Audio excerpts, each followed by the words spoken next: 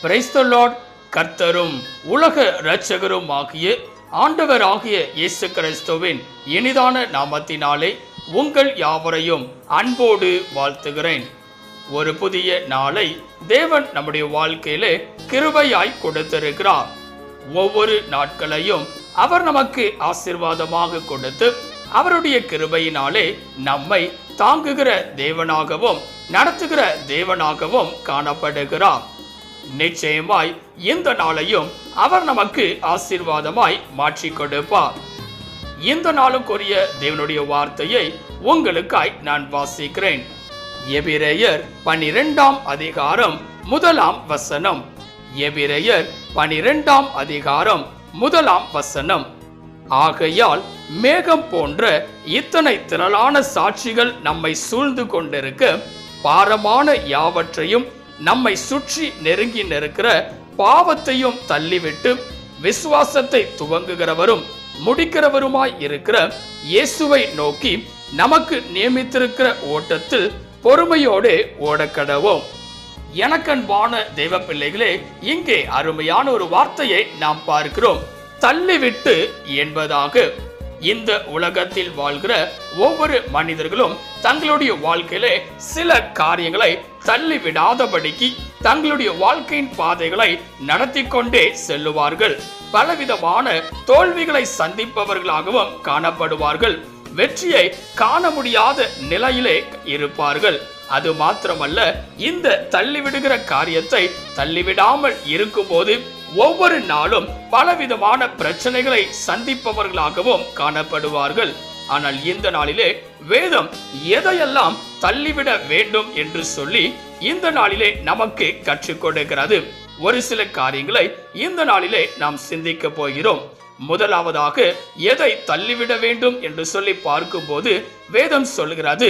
எபிரேயர் 12ஆம் அதிகாரம் 1ஆம் வசனத்தை வாசிக்கும் போது எபிரேயர் 12ஆம் அதிகாரம் 1ஆம் வசனத்திலே, ஆகையால் மேகம் போன்ற இத்தனை திரளான சாட்சிகள் நம்மை சூழ்ந்து கொண்டிருக்க பாரமான யாவற்றையும் நம்மை சுற்றி நெருங்கி நிற்கிற பாவத்தையும் தள்ளிவிட்டு விசுவாசத்தை துவங்குகிறவரும் முடிக்கிறவருமாய் இருக்கிற இயேசுவை நோக்கி நமக்கு நியமித்திருக்கிற ஓட்டத்தில் பொறுமையோடு ஓடக்கடவோம்.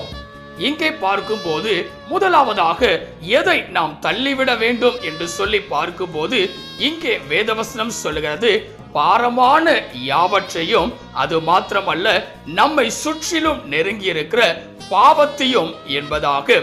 இந்த நாளிலே இவைகளை நாம் தள்ளிவிட்டு தேவனை நோக்கி ஓடுகிறவர்களாய் இருக்க வேண்டும். இங்கே வேதவசனம் சொல்கிறது, விசுவாசத்தை துவங்குகிறவரும் முடிக்கிறவருமாகிய இயேசு கிறிஸ்துவை நோக்கியே ஓட வேண்டும் என்பதாக. இன்றைக்கு பல நேரங்களிலே இவைகளை எல்லாம் தள்ளிவிடாதபடிக்கு உலகத்துக்கு நேராய் ஓடிக்கொண்டிருப்பவர்களாய் காணப்படுகிறோம். அப்படிப்பட்டவர்களாய் இராதபடிக்கு ஆண்டவராகிய இயேசு கிறிஸ்துவையே நோக்கி ஓடுகிறவர்களாய் இருக்க வேண்டும். அதற்காக நாம் செய்ய வேண்டிய காரியத்தை குறித்து இங்கே நாம் பார்க்கிறோம். பாரமான யாவற்றையும் நம்மை சுற்றிலும் நெருங்கி இருக்கிற பாவத்தையும் தள்ளிவிட்டு ஓடுகிறவர்களாய் இருக்க வேண்டும். இரண்டாவதாக எதை நாம் தள்ளிவிட்டு ஓடுகிறவர்களாய் இருக்க வேண்டும் என்று சொல்லி பார்க்கும்போது வேதம் சொல்லுகிறது.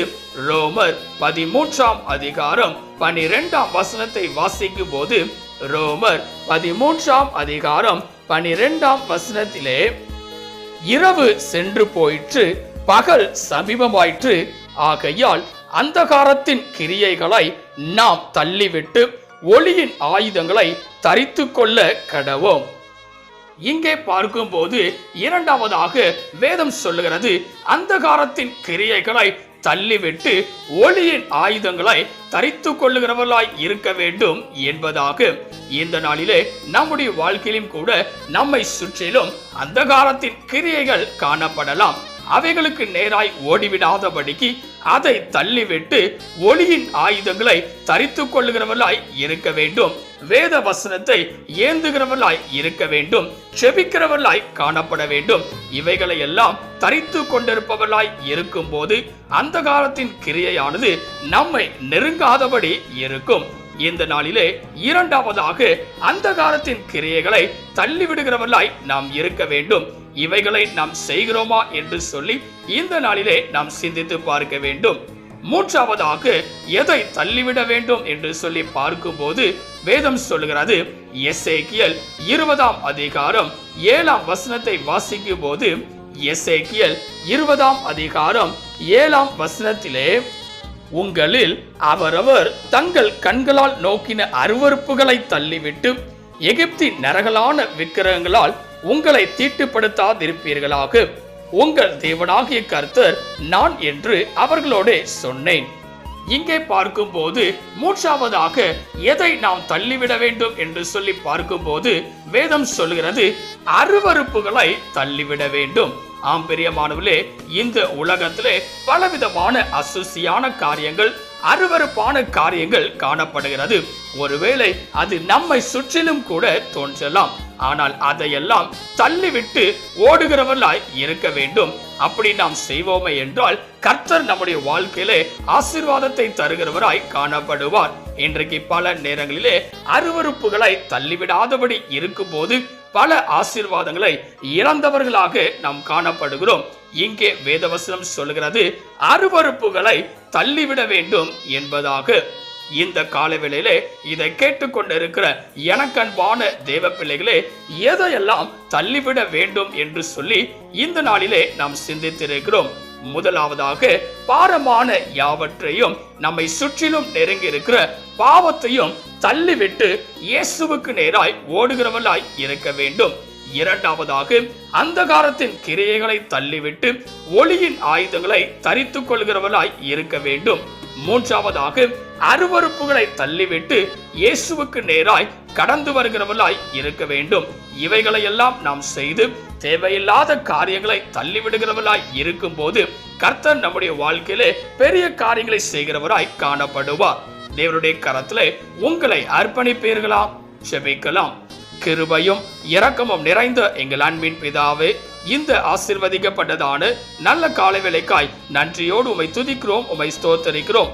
நீர் கொடுத்த அற்புதமான உம்முடைய வார்த்தைக்காய் நன்றி செலுத்துகிறோம். எவைகளை எல்லாம் தள்ளிவிட வேண்டும் என்று சொல்லி இந்த நாளிலே நாங்கள் பார்க்கிறோம். இந்த கால வேளையிலே இதை கேட்டுக்கொண்டிருக்கிற, இதை பார்த்து கொண்டிருக்கிற ஒவ்வொரு பிள்ளைகளும் இந்த நாளிலே கேட்ட வண்ணமாய் எல்லாவற்றையும் தள்ளிவிட்டு உம்மையே நோக்கி ஓடுகிறவளாய் காணப்பட என் தேவன் கிருபை தருவீராக.